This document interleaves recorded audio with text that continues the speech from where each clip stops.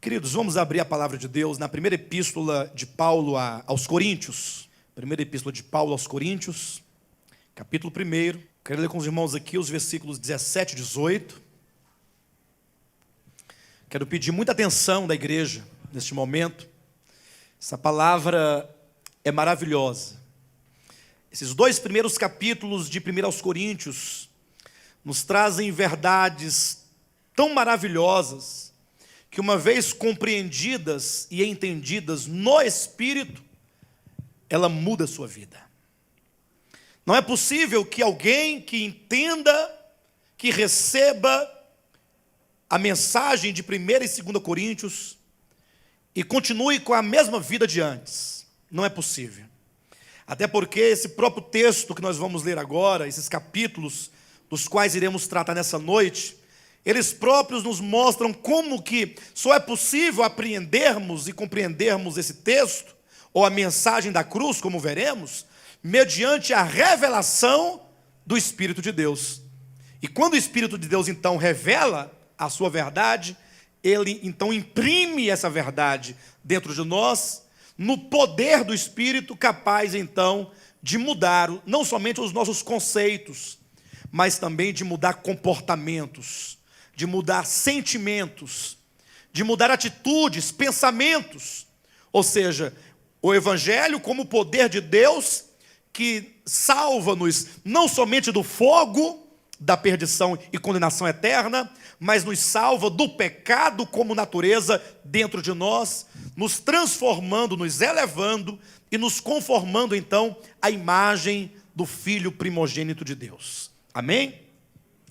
Leia conosco aqui 1 Coríntios capítulo 1, versículo 17 e 18, e então o capítulo 2, versículos 8 e 9. Tá bom? Leiamos. Capítulo 1, versículo 17 e 18. Porque não me enviou Cristo para batizar, mas para pregar o Evangelho, não com sabedoria de palavra, para que não se anule a cruz de Cristo. Versículo 18 nos diz: certamente a palavra da cruz é loucura para os que se perdem, mas para nós que somos salvos, poder de Deus. Versículo 8 do capítulo 2, 8 e 9. Sabedoria essa que nenhum dos poderosos deste século conheceu, porque se a tivessem conhecido, jamais teriam crucificado o Senhor da glória. Mas como está escrito, nem olhos viram, nem ouvidos ouviram, nem jamais penetrou o coração humano o que Deus tem preparado para aqueles que o amam. Amados, o apóstolo Paulo, ao escrever aos Coríntios, ele abre então o seu livro falando-nos sobre a palavra da cruz, sobre a mensagem da cruz. Ora, o que é a mensagem da cruz? O que é esta palavra da cruz que Paulo diz que para uns é loucura, para outros é escândalo, para os judeus é um escândalo, para os gregos, na verdade, é uma loucura? Não podemos jamais nós pensarmos como já se foi pensado no passado, e alguns até hoje trazem ainda esse entendimento, pensando que a palavra da cruz refere-se à cruz como artefato, como o elemento da crucificação, como o madeiro que Jesus carregou nos ombros. Eu digo isso porque muitas pessoas ainda carregam no pescoço ali um crucifixo, ou tem uma cruz ali estampada, e muitos acreditam que haja naquele madeiro, naquele artefato, naquele objeto, algum poder, né? A Bíblia fala sobre a palavra da cruz, o poder da cruz, a mensagem da cruz, esse mistério da cruz, mas certamente não se refere ao instrumento de crucificação que Jesus levou sobre os ombros, não se refere à cruz em si mesma como um objeto. Nem tampouco a mensagem da cruz se refere aos sofrimentos de Cristo no que diz respeito à dor que ele sofreu, porque nós temos visto, inclusive, com o filme de Mel Gibson, né, A Paixão de Cristo, o quanto de pessoas que foram e assistiram e não puderam sair ali do cinema ou de sua casa mesmo, ali locar o filme, não puderam acabar o filme sem se derreter em lágrimas, com pena de Jesus Cristo, quanto ele sofreu. Quando dava chicotada, exprimia os olhos e as lágrimas caíam. Sim, é verdade que nós temos sentimentos. E como os seres, racionais e sentimentais que nós somos, há certamente esse aspecto afetivo, esse aspecto sentimental que produz lágrimas. É verdade. Mas nós não podemos jamais entender a mensagem da cruz como meros sentimentos de sua dor.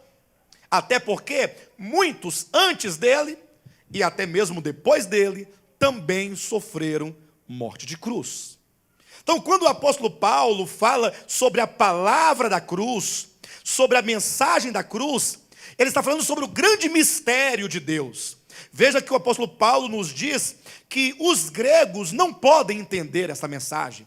Eles acham um absurdo, eles acham uma loucura imaginar como pode o Eterno, o Altíssimo, como é dito nas páginas do Novo Testamento, se fazer homem, se fazer carne. E com qual objetivo o Verbo se fez carne? Com qual objetivo Jesus se fez homem?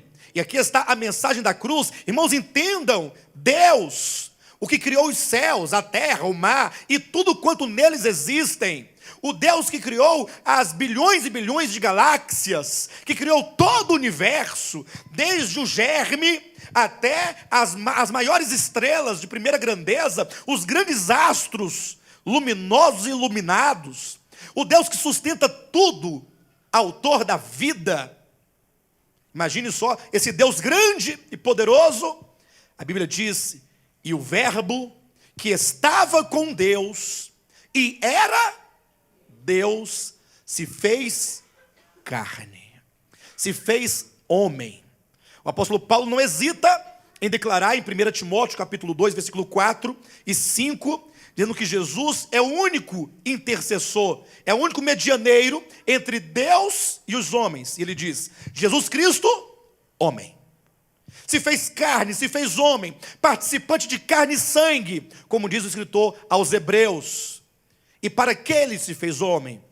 E aqui nós vamos entender o motivo, a razão deste evangelho, deste mistério, nas palavras do profeta Isaías, quando disse: ele, aquele que veio e não tinha aparência nem formosura, ele foi levado ao matadouro, ele foi levado para ser morto, como uma ovelha muda é levado ao matadouro. Aquele que não tinha dolo algum em sua boca, aquele que não tinha pecado, que não conheceu o pecado, que é o santo de Deus, o unigênito de Deus, ele era como agora um cordeiro mudo, que veio para sofrer no lugar do pecador, no lugar do desgraçado pecador, que caiu no Éden, que estava debaixo da ira de Deus, da condenação eterna, porque todos pecaram e destituídos estão da glória de Deus. Agora veio o Santo de Deus, o próprio Deus, que se encarna, o Filho unigênito de Deus, se faz homem para ser o substituto do homem, o substituto do pecador. Quando ali prenderam a Cristo e colocaram-lhe na cabeça uma coroa de espinhos, quando zombaram dele, quando escarneceram dele, quando cuspiram nele, quando o açoitaram, o humilharam e o pregaram na cruz, ali estava aquele que nos substituía em todas as penalidades que cabiam a nós.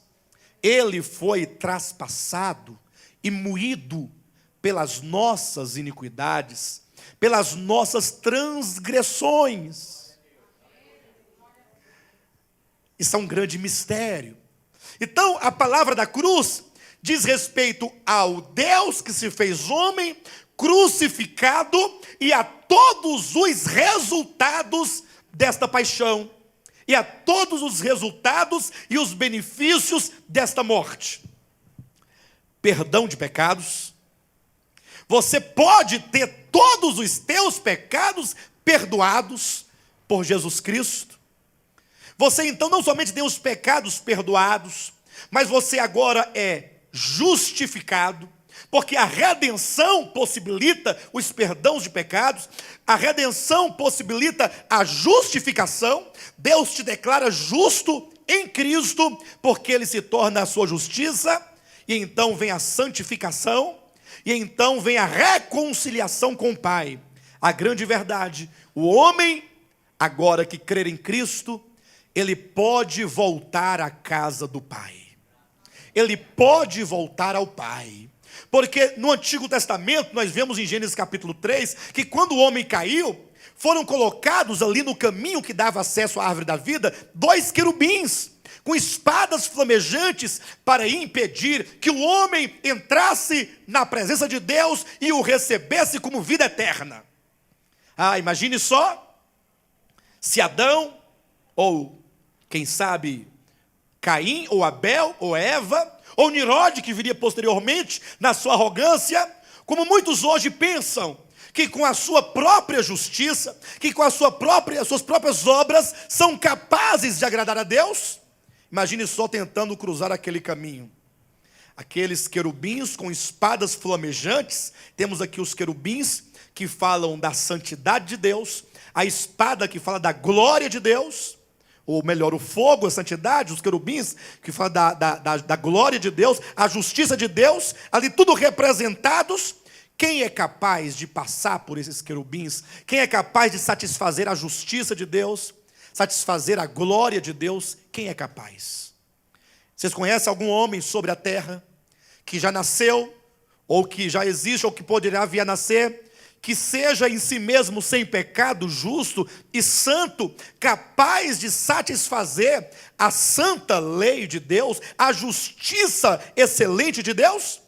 Qualquer homem que tentasse cruzar aquele caminho seria golpeado por aqueles querubins. Isso, esse impedimento do homem aproximar-se de Deus, também está representado quando Deus mandou Moisés fazer o santuário. E lá entre o santo e o santíssimo lugar havia um véu que impedia que as pessoas vissem a glória de Deus, ou mesmo que passassem para o lado de lá, para então estar no meio da presença de Deus, de sua glória. Somente o sumo sacerdote, e não somente por serem eles, mas uma vez por ano, poderia ele entrar, não sem sangue, no santíssimo lugar. Qualquer outro morreria, e mesmo um sumo sacerdote eventualmente poderia morrer, se não estivesse com tudo de acordo com a lei mosaica, conforme ali os preceitos de Deus, referentes ao dia da expiação. Quando então veio Jesus Cristo, o escritor aos Hebreus nos declara que Jesus nos abriu um novo e um vivo caminho. É como que dissesse, olha, este caminho aqui que os querubins estão trancando, fechando, que impede que o homem volte a Deus, eu, Jesus, o Filho de Deus, o Deus encarnado, eu estou aqui como homem para cruzá-lo por vocês. Quando Jesus cruzou aquele caminho, ele foi golpeado de morte. A morte de Cristo na cruz do Calvário era ali o momento decisivo da sua missão de passar de um lado para o outro. Ele disse, eu vou para o Pai, e eu vou preparar-vos um lugar no Pai, para que onde eu estou, estejais vós também. Mas esse preparar um lugar implicava em que ele, porque ele colocou sobre si os nossos pecados, as nossas transgressões, ao passar naquele caminho, então ele recebeu a justiça de Deus, a justa penalidade que cabia a cada um de nós, e agora em ressurreição, ele abriu um novo caminho, e ele diz a todos os que creem, vocês podem entrar na presença do Pai, vocês podem voltar ao Pai, sem medo, porque o sumo sacerdote, mesmo que ele entrasse no Santo dos Santos, no Antigo Testamento, de acordo com os preceitos levíticos, mas ele não entrava sem medo. Mas agora que Jesus já morreu na cruz, você pode entrar sem medo. A qualquer momento, no momento oportuno que você necessita, entrar na presença de Deus e vê-lo em pé, como aconteceu, conforme disse Jesus na parábola do filho pródigo, vê-lo em pé, olhando para você, a despeito da imundície dos seus cabelos, das suas barbas, da sua sujeira, do seu pecado, da sua queda, ele então te abraçar e te beijar, e falar, vamos nos alegrar, porque o filho que estava morto, reviveu, o filho que estava perdido foi achado, alegremos-nos, e então você receberá uma veste nova, sandálias nos pés, e o anel no seu dedo, símbolos da redenção, da autoridade e da filiação. Isto só é possível mediante a mensagem da cruz. É isso que Paulo chama de mensagem da cruz, é isso o que ele chama de palavra da cruz. Mas ao mesmo tempo que ele fala da palavra da cruz, e agora eu quero que você abra a sua Bíblia em 1 Coríntios capítulo 1, eu quero que vocês vejam comigo alguns aspectos desta mensagem, como é que o apóstolo Paulo trabalha essa questão da mensagem da cruz, como é que ele coloca em termos de que a salvação e o recebimento e a compreensão e a aceitação desta verdade só é possível por uma obra soberana de Deus.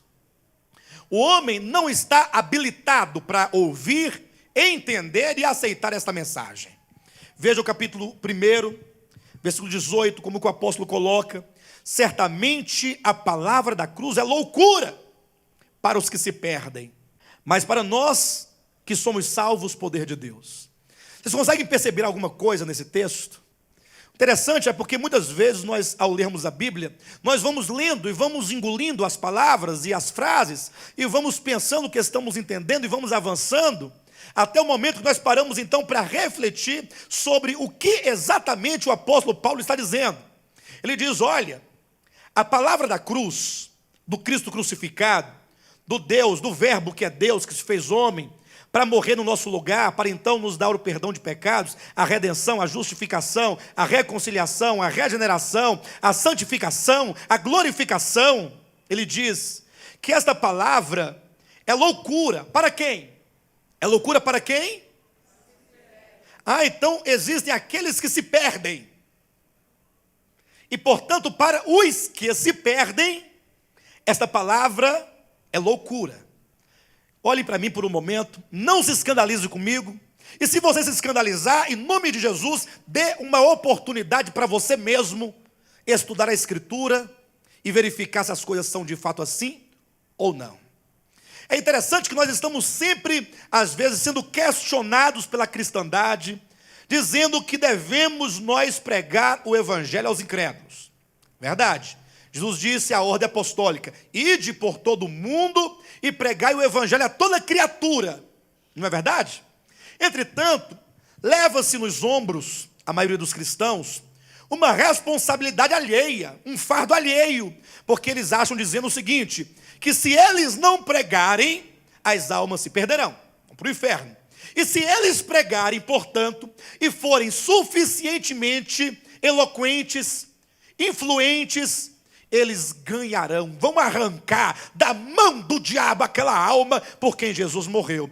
Mas se nós formos negligentes, não pregarmos, ou não formos suficientemente bons na pregação, as almas infelizmente vão tudo para o lago de fogo, vão perecer. E é por isso que gera orgulho em alguns, quando dizem assim: olha, eu já ganhei 200 almas para Jesus. Eu já ganhei tantas almas para Jesus. Tem pessoas que vão contabilizando as almas que ele ganhou para Jesus.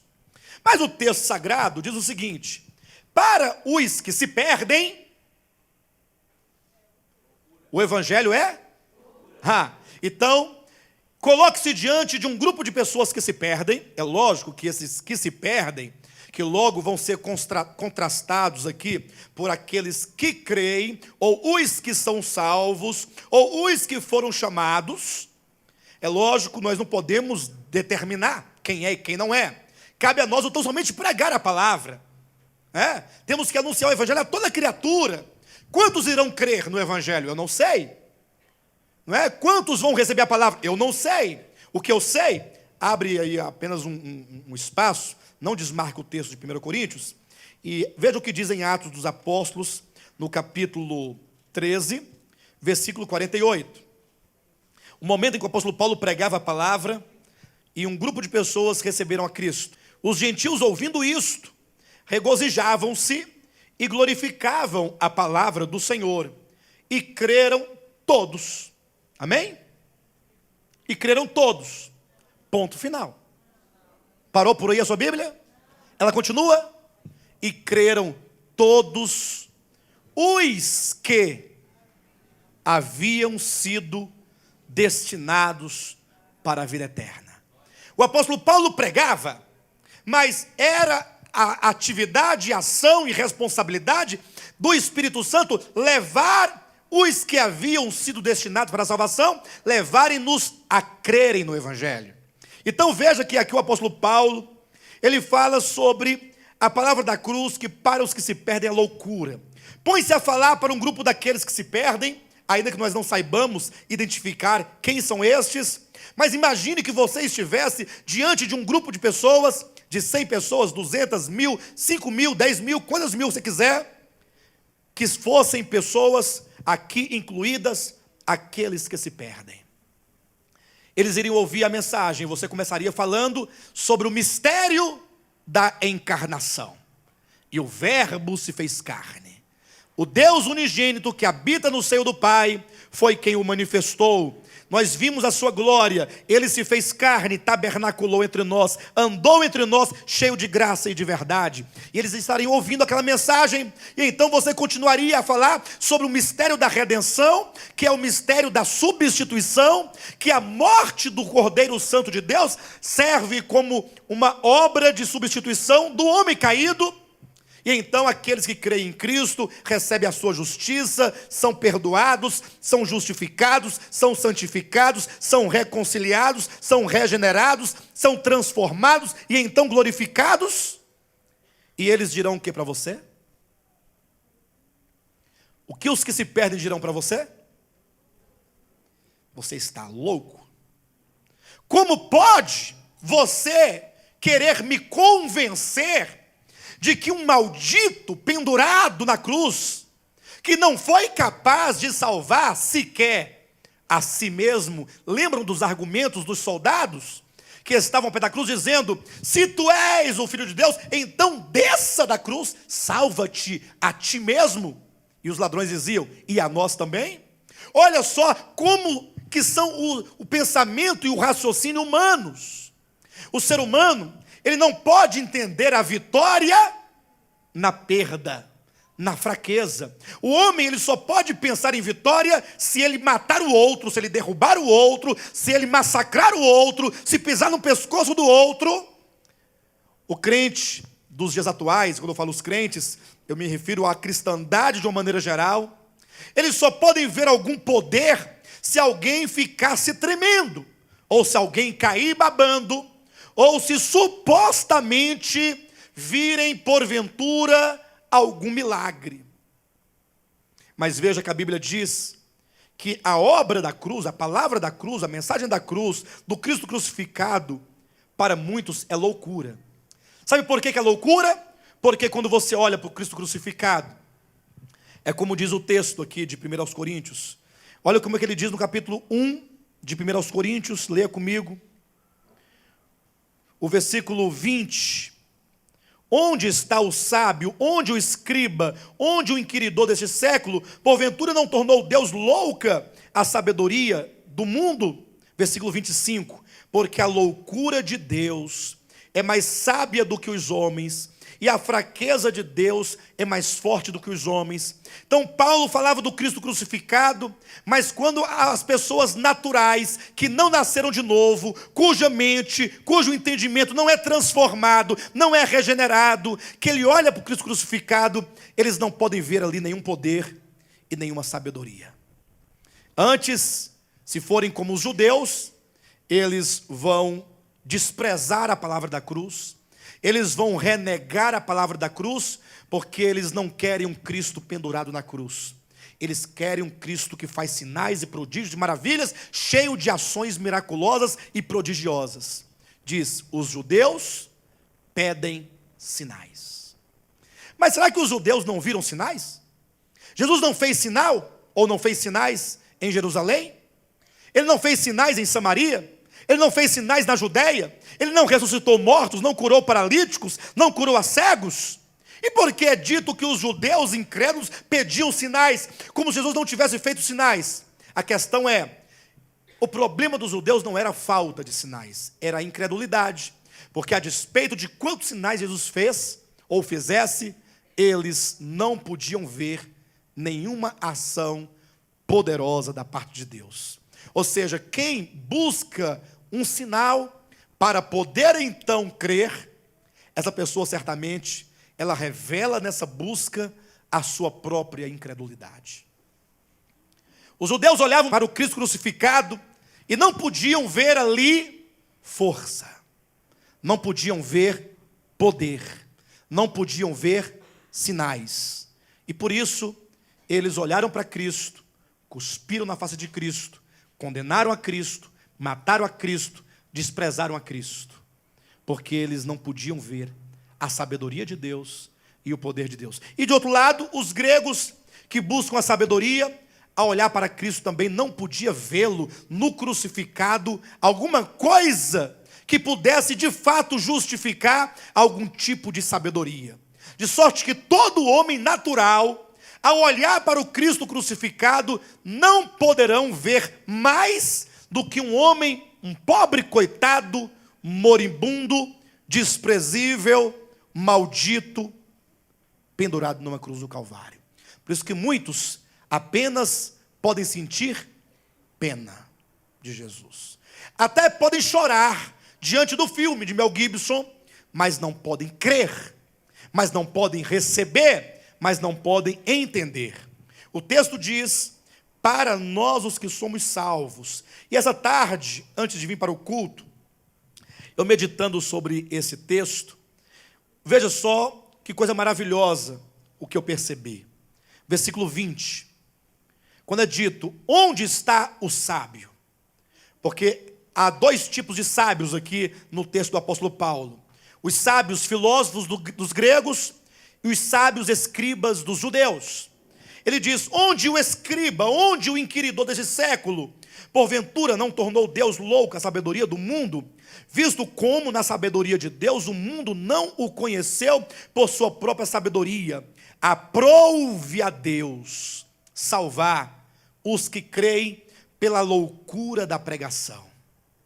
Aprouve a Deus.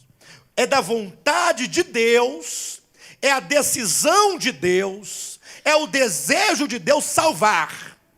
A quem? Aqueles que creem. Uma grande pergunta é, como alguém pode crer na loucura da pregação? Olha o versículo 20. Os que creem pela loucura da pregação. É possível que alguém creia numa mensagem que traduz, no sentido humano e natural, a loucura? É possível? Você acha que você creu no Evangelho por qual motivo? Porque você foi bom o suficiente? Alguns pensam, não, eu ouvi o Evangelho, concordei com o Evangelho, mas não o quis por um certo tempo. Mas agora eu decido que eu quero. E se amanhã eu não quiser, basta eu rejeitar o que um dia eu quis, desistir e seguir a minha vida de incredulidade. Mas veja que a Bíblia diz que aprouve a Deus salvar os que creem pela loucura da pregação. Versículo 23. Mas nós pregamos a Cristo crucificado, escândalo para os judeus, loucura para os gentios, mas para os que foram chamados. Tanto judeus como gregos pregamos a Cristo, poder de Deus e sabedoria de Deus. Ele diz, os que creem, ele diz, os que foram chamados, isso numa relação de oposição àqueles que se perdem, àqueles que veem no Evangelho uma loucura. Veja comigo o versículo 26 em diante. Irmãos, reparai, pois, na vossa vocação. É como que ele dissesse, olhe para a sua experiência, olhe para você mesmo. O Senhor te chamou, não foi? Você foi chamado pelo Senhor? Então olhe para você, reparai, considerai, reflita um pouco sobre o seu chamamento. Visto que não foram chamados muitos sábios, segundo a carne, nem muitos poderosos, nem muitos de nobre nascimento. Pelo contrário, Deus escolheu as coisas loucas do mundo para envergonhar os sábios, e escolheu as coisas fracas do mundo para envergonhar as fortes.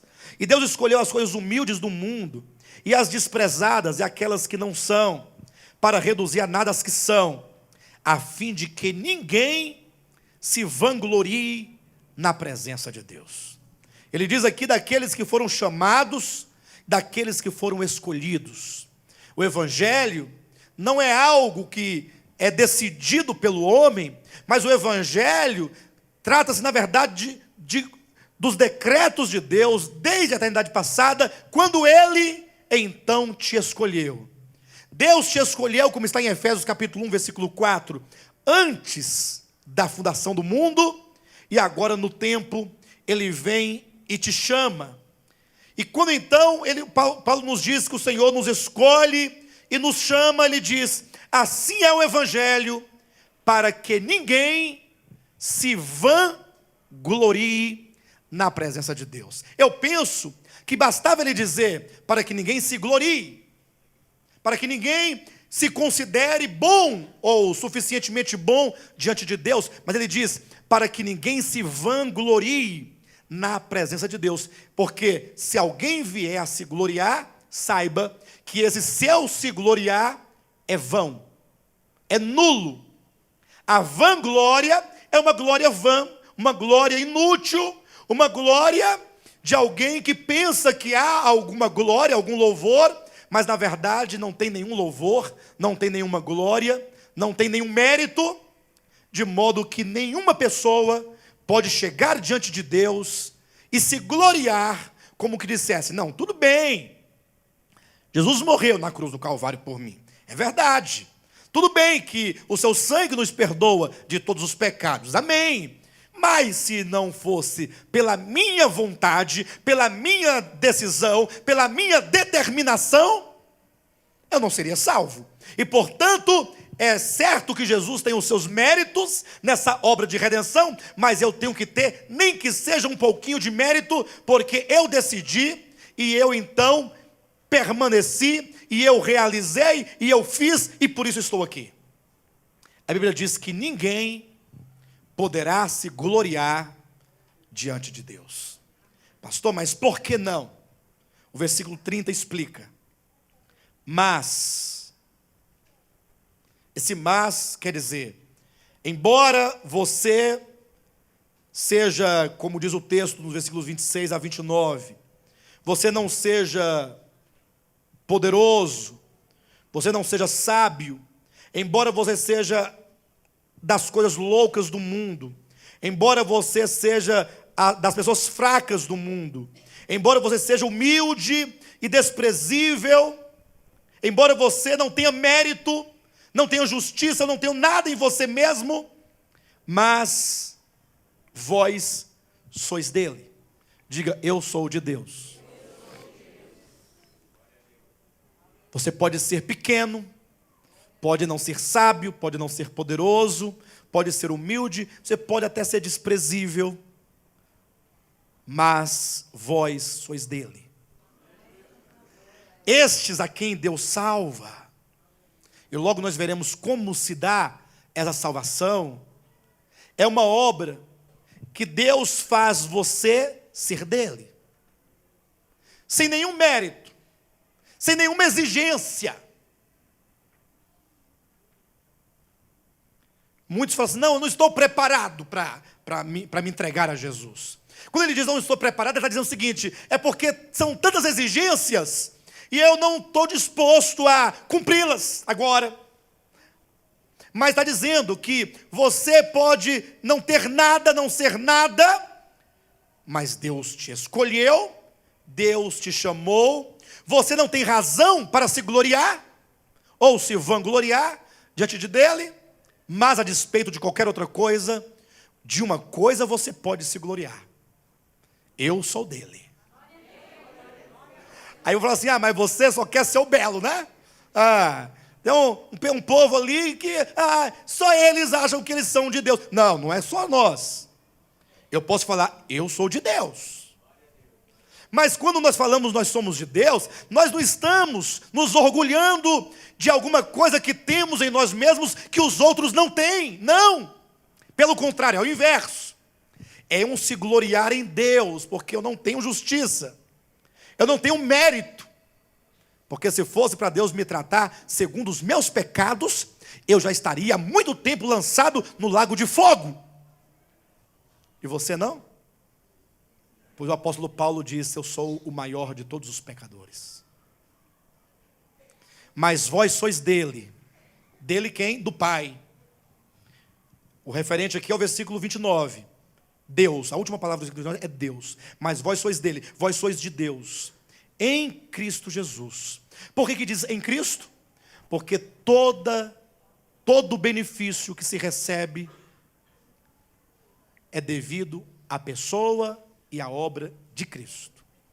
O mérito é dele, porque dele é a redenção, dele é o perdão, tudo é dele. Nada existe, acontece sem Cristo. Nada. Pastor, mas nós não temos que nos santificar? Tem. Só que essa santificação também é ele. Não é a sua santificação. Porque a sua santificação, o máximo que pode fazer é uma boa capa babilônica para esconder o teu perverso coração. Porque a religião que o homem faz e inventa para si mesmo apenas faz uma maquiagem para esconder o que o homem verdadeiramente é. Foi por isso que Cristo repreendeu severamente, muitas vezes, os escribas e fariseus nos evangelhos, porque eles tinham sim uma religião da lei, uma religião, até legalmente e exteriormente perfeita, mas aquilo não era verdadeiro nos seus corações. Mas vós sois dele em Cristo Jesus, o qual é Cristo Jesus, se nos tornou. É um texto bem rebuscado, né? O qual se nos tornou. Preferindo deixar quieto, não entendi o que é se nos tornou, vamos adiante, vamos continuar a leitura, né? Se nos tornou. O que é se nos tornou? O qual se nos tornou. Nós temos esse problema de não entender uma coisa, deixa. Continua. A gente gosta mesmo de novela. Novela não tem dificuldade de entender.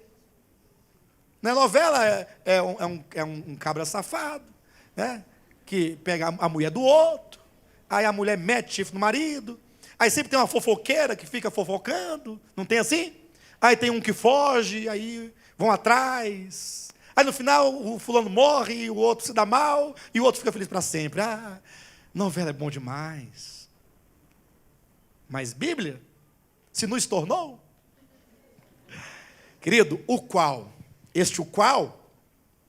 é o que veio anteriormente, Cristo Jesus. Então, você pode trocar este o qual por Cristo Jesus. Você pode colocar Cristo Jesus, que é o mesmo que o qual. Concordam? Se tornou, ele próprio tornou-se para nós. Se nos tornou ele tornou-se para nós. O quê? O que ele se tornou para nós? O que ele é para você? Deus, o Pai, fez Cristo ser alguma coisa para você. O que Cristo é para você? Sabedoria. O que mais? Justiça. Santificação e... Diga assim, Jesus é a minha redenção. Diga, Jesus é o preço que foi pago pelos meus pecados. Diga, por todos os meus pecados já foram perdoados todos. Todos os teus pecados já foram pagos. Cristo é a redenção, Ele é. Veja que não é um episódio perdido no passado, ultrapassado. Não, Ele é a redenção. Jesus é Ele em si mesmo, em pessoa. Está ressurreto à direita do Pai. Ele é a tua intercessão. Por que Ele está à direita do Pai intercedendo por ti? Não pensa que Ele está lá sentado, aí em vez em quando Ele fala, olha Pai, eu quero interceder pelo fulano. Imaginou se Ele ficar o dia todinho, olha Pai, o Beltrano, Pai, estou intercedendo. Não. A sua pessoa, sua presença, é a própria vindicação constante, ininterrupta por você. Ele. A presença. Quando o Pai olha, à sua direita está a redenção do Alexandre. 24 horas, falando em termos humanos. Você está dormindo, mas o Pai está atento. A sua redenção está lá ao lado dele. E tem pessoas querendo pagar a salvação, acredita? Querendo pagar com os cabelos, com as unhas, com a barba. E o que é a santificação, então? O qual se nos tornou, ou se tornou para nós, redenção, santificação. Jesus é a tua santificação. Ele. Ah, pastor, então tá bom, então ele está lá e glória a Deus. Ele é a tua santificação. Ele está dentro de você. Quando você foi salvo por Ele, Ele decidiu entrar dentro de você, habitar teu espírito para purificar esse templo de dentro para fora. Ele é a tua redenção, Ele é a tua santificação, Ele é a tua justiça. Por isso que Paulo, conhecedor dessa verdade, ele próprio foi quem declarou, disse: quem intentará acusação contra os eleitos de Deus? É loucura. Quem é que vai acusar? Vai lá me acusar diante de Deus, você vê. Vai lá me acusar. Não, é porque o Alexandre... Ele tem uma justiça, eu tenho uma justiça, é Cristo. Ele é a tua justiça. O Evangelho transcende todos os usos e costumes, toda essa habilidade do homem, essa tentativa do homem de se fazer bom, de se fazer melhor, de se tornar merecedor da salvação, da vida eterna. Eu me lembro que na minha infância toda, porque nós fomos criados num lar evangélico, em que se pensava que a salvação era fruto do trabalho humano, da indústria humana. Sim, Jesus morreu na cruz, né? Mas se você não fizer, nada feito. Então era uma somatória. Era Deus e o homem juntos em prol da salvação, de modo que esse texto não podia ser colocado. Porque se o homem trabalha pela salvação, ele tem mérito, ele pode então se gloriar de alguma coisa. Não é verdade? E aí eu me lembro que nós éramos orgulhosos. Quem pensa que a salvação depende do homem, ele necessariamente ele é orgulhoso. Aí quando ele começa a orar, ele decidiu que ele vai orar 1h de manhã, meia hora, meio-dia, e 1h à tardezinha todo dia. Ele é o dizimista fiel, não falta os cultos, não joga bola, não joga sinuca, não joga dominó, meu Deus do céu, não joga, não vai no forró, não fuma cigarro, não vai fumar cigarro não bebe uma cachaçinha, não vai ao clube, não usa bermuda. Aí ele fica inchado. O fermento, aquele fermento que Deus falou para o povo de Israel lá no Egito: tirai da vossa casa todo o fermento. Lembra que Deus falou isso? A festa dos pães asmos. E por que a festa dos pães asmos, que é o retirar do fermento das casas, está associada e ligada intimamente à Páscoa? Porque Cristo, o vosso Cordeiro Pascal, foi imolado. Então você tem que se gloriar nele. Mas se você achar que você é bom, você vai ficar inchado. O fermento é o orgulho. Aquele crentão inchado. Fica mais inchado quando ele olha para um crente de bermuda. Ele olha...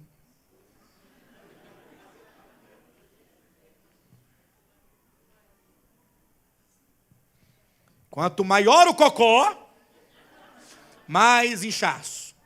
Tem uns que parecem um sapo boi. Orgulho, porque não faz nada disso. O pobre, miserável, pecador, desgraçado, vai para o inferno. Você não é dos melhores. Deus ama os melhores. Aí a Escritura diz: amei a Jacó. E quem foi Jacó? Suplantador. Mas Deus... terei misericórdia de quem me aprouver ter misericórdia, e compadecer-me-ei de quem me aprouver ter compaixão. Por isso não depende de quem quer e nem de quem corre. Então o sentimento que enche o nosso coração é: Senhor, muito obrigado. Eu não tenho do que me gloriar. Não tenho razão de me gloriar. Não tenho por que me gloriar. Então eu via, na minha experiência passada, um inchaço. É como se fosse um balão, uma bexiga, vai enchendo, enchendo. Aí de repente vem o diabo, aí com a agulha e pum, quem desvia, vira um farrapo num bar bebendo cachaça. Eu não valo nada. Eu tenho que queimar mesmo, porque eu não dei conta de ser fiel até o fim. Dá mais uma aí. Eu já bebi pinga. Aí quando ele menos espera, está pregando para o colega. Não, porque Jesus... Eu não vou não, mas você vai para a igreja. Não é assim? Mas vós sois dele em Cristo Jesus, o qual se nos tornou da parte de Deus sabedoria e justiça e santificação e redenção, para que, como está escrito, aquele que se gloria. Eu me glorio, estou nem aí. Mas eu me glorio no Senhor. Jesus é o Senhor. Louvado seja o nome de Jesus Cristo. Porque Ele é e somente Ele é. Só Ele, ninguém mais. De maneira que, para aqueles que se perdem, isso é loucura. Você está louco, ficou maluco. Isso porque tem uns que buscam sabedoria e tem outros que buscam sinais. Querem ver algo palpável, tangível, para que ele possa verificar se há ou não salvação. Quando ele vê alguém totalmente destituído, que crê num Cristo crucificado, fala: não, não é possível. Sempre quando eu prego para alguém o evangelho da cruz, eles falam: mas só isso? Quer dizer que basta eu crer e está tudo feito? Você acha pouco? Você acha pouco a mensagem da cruz? De maneira que o apóstolo Paulo, no capítulo 2, ele começa a nos mostrar como que se dá essa conversão. Mostrando que não é possível que alguém receba este evangelho, que alguém creia neste evangelho, que alguém entenda este evangelho, se não for por uma ação divina. Porque até o fato de você crer nele, não é mérito seu. Até a sua decisão não é mérito seu. Porque a sua decisão, a sua vontade, o seu crer, o seu se entregar, o seu aceitar, o seu entender, não é seu, é dele.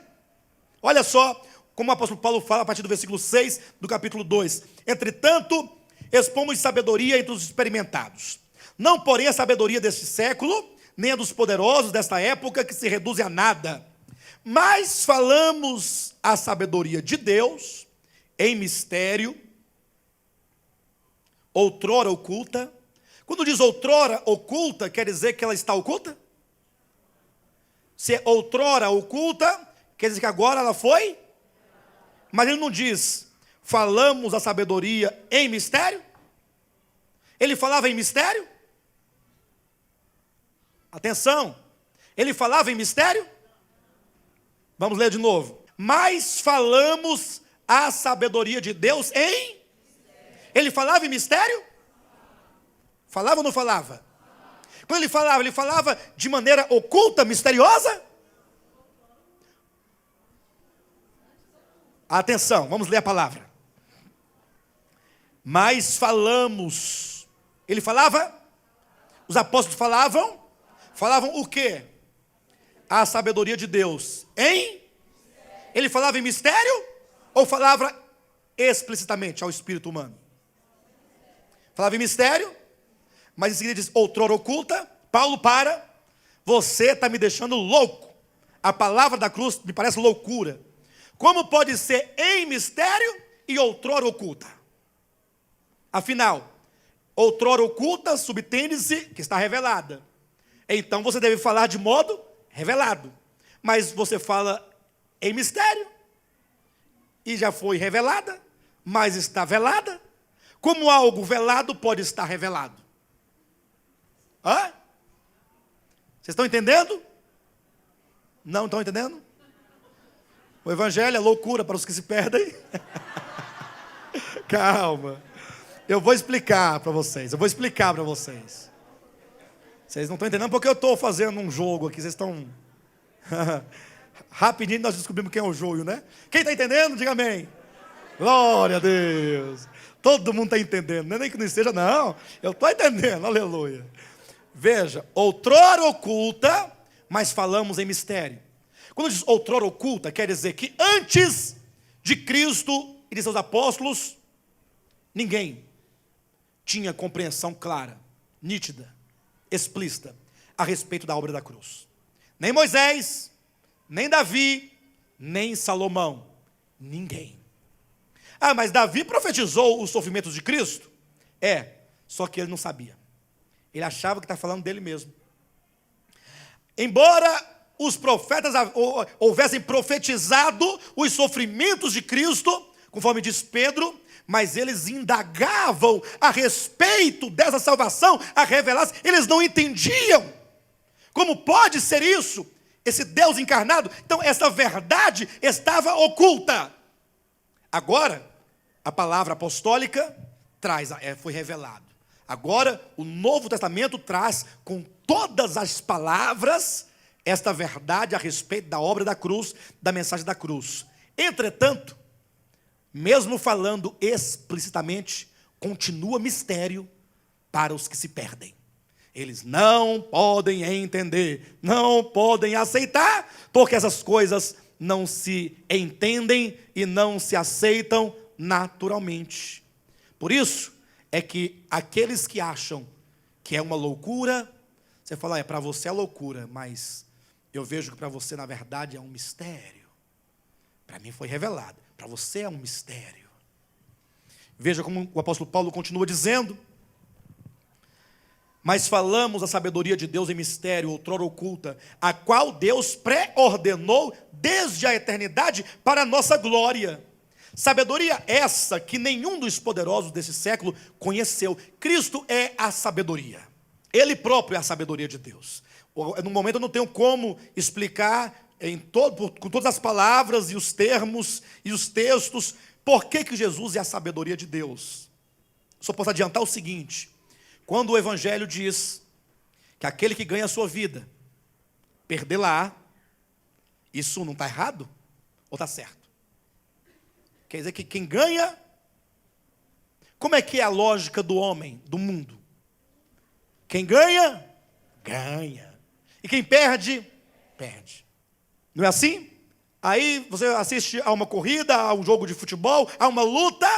A luta, quanto mais o outro bate na cara, quebra o nariz, os dentes, o sangue sai, o outro está perdendo, né? E o outro está ganhando. Aí Deus vem com uma lei inversa. O que perde é o que ganha. E o que ganha, volte o seu pensamento ao Calvário. Quem perdia? Quem ganhava? Quando golpeava a Cristo, cuspia em Cristo, zombava. Quem ganhava? Os homens, os demônios, o diabo. E Cristo perdia. Mas isto é um grande mistério. Nisto consiste a sabedoria de Deus. Era perdendo que Cristo ganhava. E era ganhando que o inferno perdia. Porque naquele momento, quando o diabo pensava, estamos exterminando com ele, na verdade o diabo era mero instrumento para levar a cabo os propósitos de Deus. O diabo naquele momento crucificava o homem, Adão. Jesus é o último Adão. E agora Deus falou assim: agora Satanás, você vai pegar e você vai destruir a velha criação que tu tanto amas e queres fazê-la permanecer. Aí o diabo crucificava o homem Adão e levou à cruz e o sepultou. Para então Jesus, em ressurreição, sair do sepulcro no primeiro dia com a nova criação de Deus. Então veja o texto quando diz: sabedoria essa que nenhum dos poderosos desse século conheceu. Cristo, portanto, era a sabedoria de Deus. O Cristo pendurado na cruz é a sabedoria de Deus, porque se tivessem, ou se a tivessem conhecido, naquele momento, aqueles poderosos que ali estavam, se eles tivessem o discernimento, se eles pudessem ver que ali, aquele que estava pendurado, como diz o Salmo capítulo 22, como um verme pendurado na cruz do Calvário, como diz Isaías, sem aparência, sem formosura, como a raiz de uma terra seca, desprezado, humilhado, se eles pudessem ver além daquela aparência, eles não teriam crucificado. Teriam? Eles só podiam ver um Nazareno, fraco, em fraqueza, enfermo. Mas aqueles que creem, ao olhar para o Cristo crucificado, falam: não é bem o que vocês estão vendo. Como é que não é bem o que vocês estão vendo? Este que aí está pendurado é o Senhor da glória. Você consegue ver o Senhor da glória na cruz do Calvário? Pastor, mas ninguém é capaz de olhar para o crucificado e ver o Senhor da glória. João, ao pé da cruz, olhava para aquele moribundo e ele podia falar: ele não é isso que vocês estão vendo, porque eu vi a sua glória lá no Monte da Transfiguração. Este é o Senhor da glória. Vocês estão enganados. Enquanto todos olham e falam: não, é um moribundo, coitado, miserável, João podia falar: não, ele é o Senhor da glória, eu vi a sua glória. Pedro viria dizer na sua epístola: nós vimos a sua majestade quando no alto do monte ele se transfigurou diante de nós. Por isso que é dito no versículo 9: mas como está escrito, nem olhos viram, nem ouvidos ouviram, nem jamais penetrou em coração humano o que Deus tem preparado para aqueles que o amam. E eu já ouvi muitas pessoas usarem esse texto para falarem a respeito da Nova Jerusalém. Irmãos, a cidade que vai descer do céu. Olha como está dito: nem olhos viram, uma coisa gloriosa, irmãos. Por que dizem isso? Porque leem o texto fora da sua, eles pensam que Paulo está dizendo algo futuro, mas não.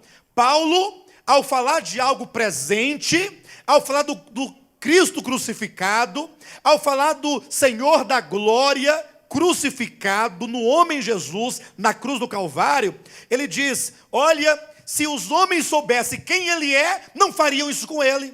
Como está escrito. Então você tem que voltar no tempo, antes de Cristo, antes da sua crucificação, e lá atrás, falando sobre Cristo, se diz: nem olhos viram, nem ouvidos ouviram, nem jamais penetrou o coração humano. Ou seja, o que Deus tem para você em Cristo, e o que Cristo é para você, não está para os olhos, não está para os ouvidos, não está para o coração.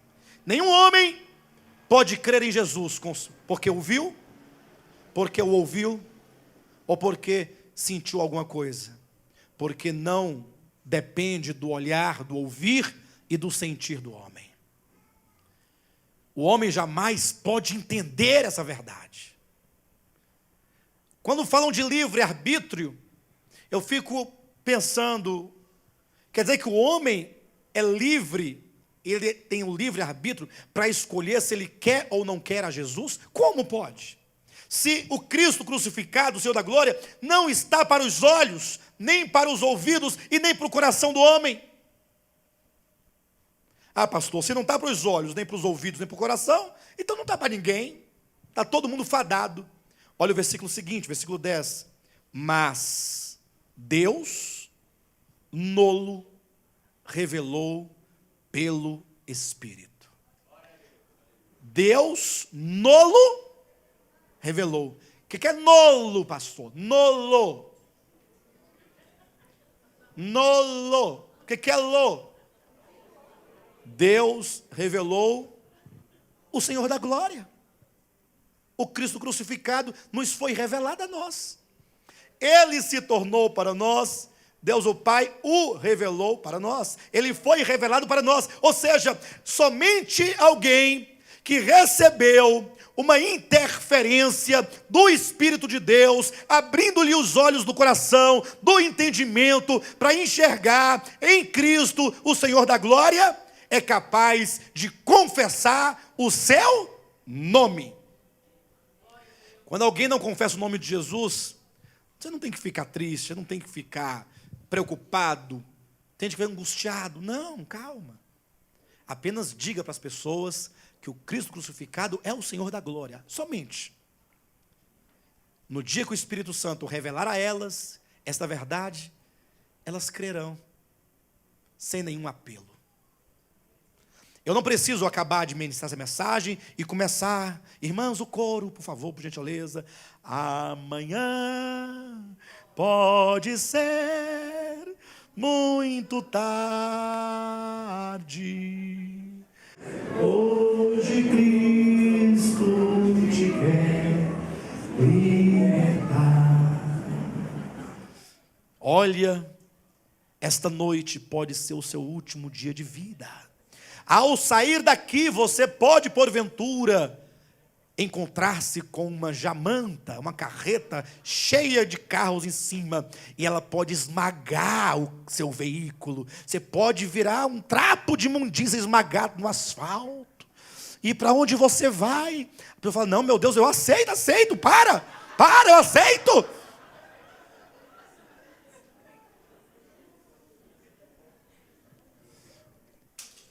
Quem aceita Jesus por medo não o aceita. Só pode aceitar a Cristo. Fala, eu quero a Jesus, alguém em cujo coração a luz do Espírito brilhou e resplandeceu. Crer não é uma escolha, crer é o resultado imediato da iluminação. Imagine só você aqui olhando para o Cristo crucificado. Salvador, Ele, cheio de sangue, moribundo, não é capaz sequer de levantar a cabeça, não pode salvar assim mesmo, vai me salvar. Aí o Espírito Santo ilumina você. Não, espera, será que é isso mesmo que eu estou vendo? O que você está vendo? Estou vendo o Senhor da glória. É Deus está em Cristo, reconciliando consigo o mundo. Você não decide crer, você enxerga, você vê. É uma questão de ser ou de ter a revelação do eterno. Por isso que é dito que o que os olhos não viram, o que os ouvidos não ouviram, o que jamais penetrou o coração do homem, isso Deus revelou a nós pelo Espírito. Olha o versículo 12. Ora, nós não temos recebido o Espírito do mundo, e sim o Espírito que vem de Deus. Para quê? Para que você recebeu o Espírito de Deus? Para quê? Para que conheçamos o que por Deus nos foi dado parceladamente. O que por Deus nos foi dado a um preço mínimo, mas foi uma coisinha, tem que pagar. Diga, eu recebi o Espírito Santo de Deus para conhecer o que por Deus me foi dado gratuitamente. Aleluia. Gratuitamente. Gratuitamente. Mas só pode ver isso pelo Espírito. Por isso eu desconfio de muitos que, dizendo-se cristãos, não conseguem entender a graça de Deus. Eu fico desconfiadíssimo. Como pode? Cristão? Regenerado? E ele diz para você, eu não posso aceitar isso. Eu não posso aceitar essa verdade. Eu digo, é verdade que você não pode aceitar essa verdade, porque está escrito no versículo 13, Disto também falamos, não em palavras ensinadas pela sabedoria humana, mas ensinadas pelo Espírito. Isso só é ensinado pelo Espírito. Você pode dar milhões de estudos bíblicos, você pode fazer dezenas de cursos teológicos, mas essa verdade ela é ensinada pelo Espírito de Deus. Ora, 14, o homem natural não aceita as coisas do Espírito de Deus, porque eles são loucura, seus bandos de loucos. E não pode entendê-las, porque elas se discernem, não pode entender e não pode aceitar. Não entendo, não aceito. E eu digo, eu não posso te ensinar, meu irmão. Só o Espírito de Deus. Só o Espírito de Deus. 15 nos diz, porém o homem espiritual julga todas as coisas, mas ele mesmo não é julgado por ninguém. Pois quem conheceu a mente do Senhor que o possa instruir? Nós, porém, temos a mente de... Alguns falam assim, não, eu acho que não deve ser assim, não deveria ser assim, que não é assim. Você conheceu a mente de Deus? Você é capaz de instruí-lo? Diz para ele, Deus, para, está tudo errado, tudo. O Senhor não está claro no que diz aqui. Você não quer dar uma forcinha para Deus, uns conselhos para Ele? Para falar como é que Ele deve fazer? Nós, porém, os que cremos, os que somos salvos, os que foram escolhidos, os que foram chamados, nós entendemos. Sabe por quê? Porque quando o Espírito Santo veio a ti e a mim, nos deu a mente de Cristo. Diga, eu tenho a mente de Cristo.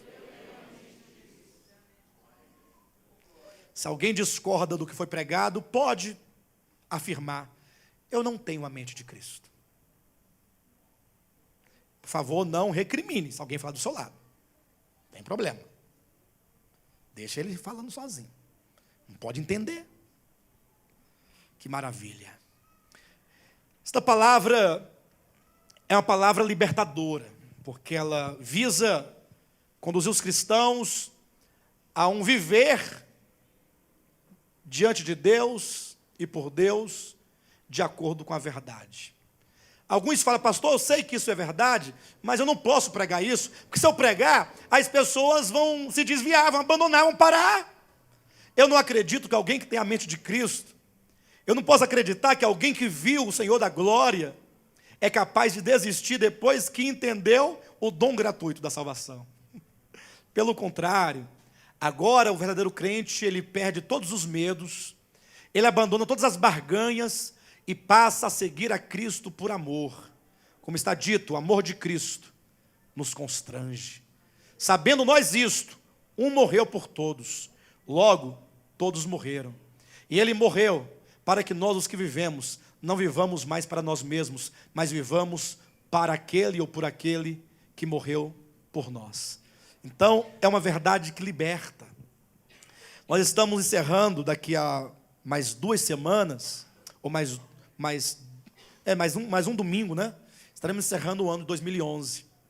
Eu quero dizer para os irmãos que o ano que vem, o ano de 2012, será um ano de muita palavra. Este ano nós andamos devagar, mas o ano que vem, nós vamos começar janeiro com uma série pequena de mensagens, talvez 3 ou 4 mensagens. Conheçamos e prossigamos em conhecer o Senhor. A vida eterna é esta, que conheçam a Ti, o único Deus verdadeiro, e a Jesus Cristo a quem enviaste. A vida eterna não é viver para sempre. A vida eterna é algo, é o próprio Deus, é o ser de Deus que nos é dado. Cristo é a vida eterna, 1 João 5:20, e Ele então nos é dado, e essa vida eterna, ela acontece em nós a cada dia, na medida que nós experimentamos a Cristo e o conhecemos mais e mais.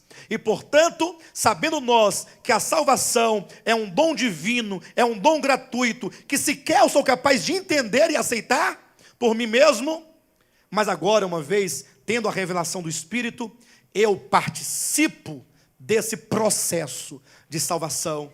Eu me uno a Cristo para que então essa obra aconteça efetivamente em mim, não por obras humanas e feitas por homens, mas na medida em que eu conheço o Senhor e eu prossigo em conhecê-lo. É uma experiência orgânica que nos levará à estatura plena do Filho de Deus. Você que um dia já tentou se santificar. Quem é que já tentou se santificar? Pode falar, não tem problema. Não acredito, só tem meia dúzia de irmãos. Vocês nunca tentaram se santificar? Agora, santificar agora.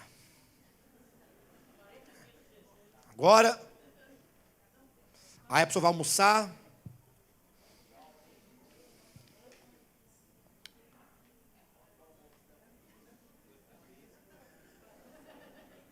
Aí come devagar para não pecar. Mastiga bem. Santo, santo, santo, santo. Você se frustrou. Você se frustrou. Porque, de repente, você se deu conta que tinha um negócio aqui dentro de você, um pecado, uma cobiça, uma inveja, um ódio, uma sensualidade, um problema na área sexual, uma raiva da sogra. Ô, sogra! Ah, meu papai, me leva! Né? Você de repente descobre essas coisas. Aí você viu que você era um miserável. Aí você, acabou largando a santificação. Viveu lá dentro do meio fingindo. Aí um dia você ouviu uma mensagem e falou assim, não, agora eu preciso, eu me arrependo profundamente. Agora eu sou nova pessoa, a partir de hoje tudo é diferente. Aí começou tudo de novo. No primeiro dia você orou, maravilha, abençoa a sogra. Você olhava, todo mundo era bonito para você, os hinos eram maravilhosos, tudo maravilha. Igreja linda, os irmãos maravilhosos. Aí depois você vai olhando, o sol no outro dia amanhece. As pessoas começam a perder o brilho. Você descobre que você é pecador. E continua pecador. Você está tentando se santificar com aquela água lá. Lembra? Borrifando água nas mãos, nos talheres. Jesus fala, para de besteira, é do interior que procede, é do coração, está lá dentro, água não lava. E agora, você precisa de experimentar a Cristo. Jesus vai mudar o teu coração. Dar-vos-ei um coração de carne, porei dentro de vós o meu espírito. E ele escreve e inscreve a vontade de Deus no seu coração. Para que, de repente, aquele velho homem e aquela velha mulher possa, aos poucos, num processo orgânico e contínuo, sendo transformado até você chegar à estatura de varão perfeito. Sem orgulho. Cristo vivendo em você. No ano que vem. Vamos, né? Deus já colocou várias coisas no meu coração. Vamos devagar para a gente não engasgar. Tá bom? Portanto, coloque no seu coração esse desejo firme. Peça graça e força ao Senhor para que você prossiga no ano que vem. Não pare. Diga para o seu irmão que está ao seu lado, não pare. Diga, no ano que vem, temos que continuar. Temos que continuar. Você é convidado a prosseguir conosco. Em nome de Jesus.